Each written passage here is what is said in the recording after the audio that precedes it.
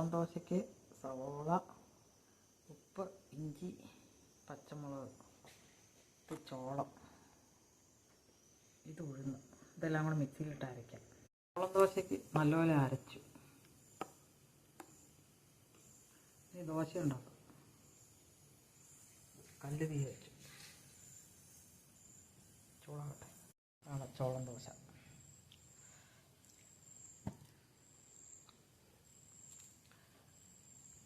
കുറച്ച് നെയ്യ് ഒഴിച്ചു.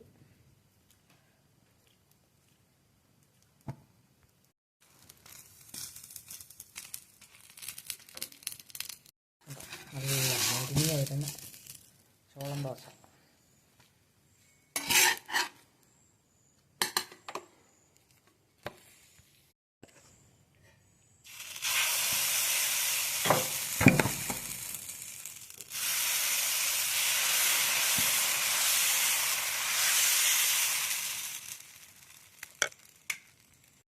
ഇതാണ് ചോളം ദോശ.